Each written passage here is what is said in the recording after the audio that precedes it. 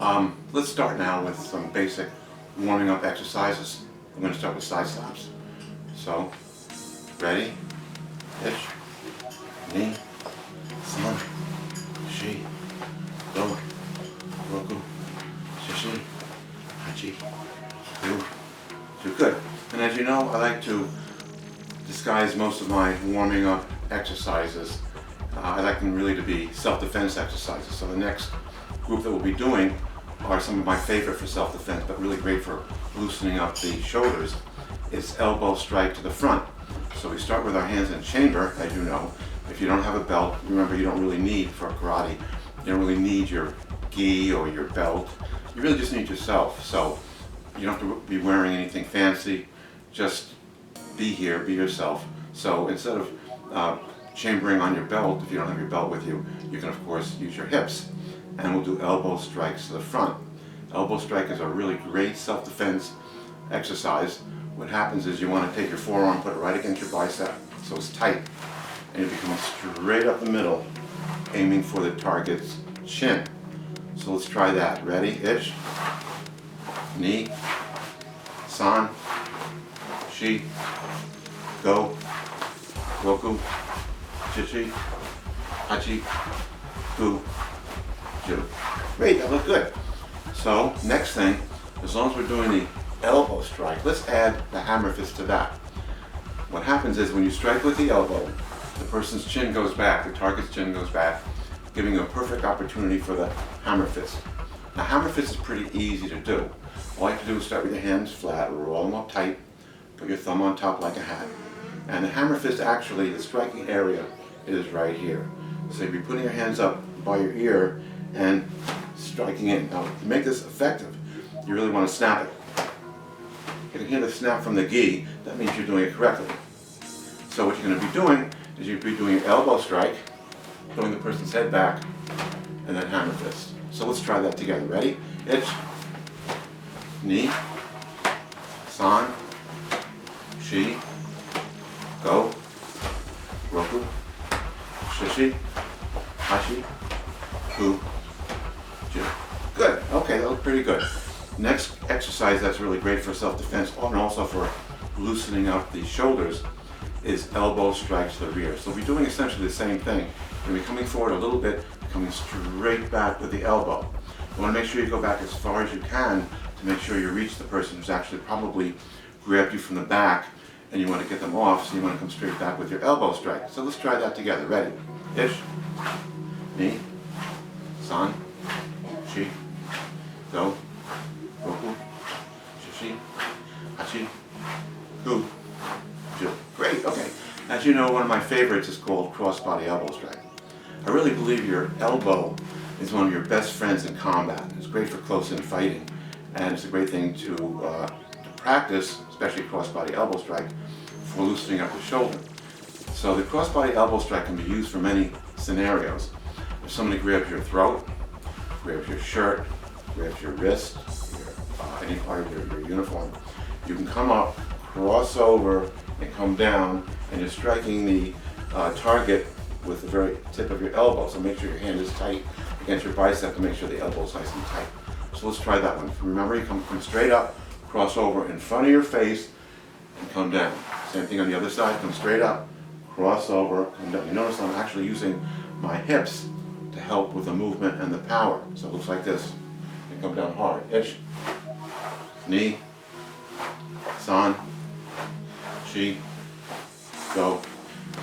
Roku. Shishi. Hachi. Gu. Ju. Good, okay. That's good shoulder exercises, and your shoulders should be nice and loose by now. Just you can roll a little bit back and forth. Give yourself a couple of side slap. Just keep everything loose. Good. So let's work on some punches. Now the punch in Ishinru is different from other styles, in case you're looking at this from a different system of martial art. We do what's called a vertical fist. A lot of schools teach what's called a corkscrew punch, which rotates.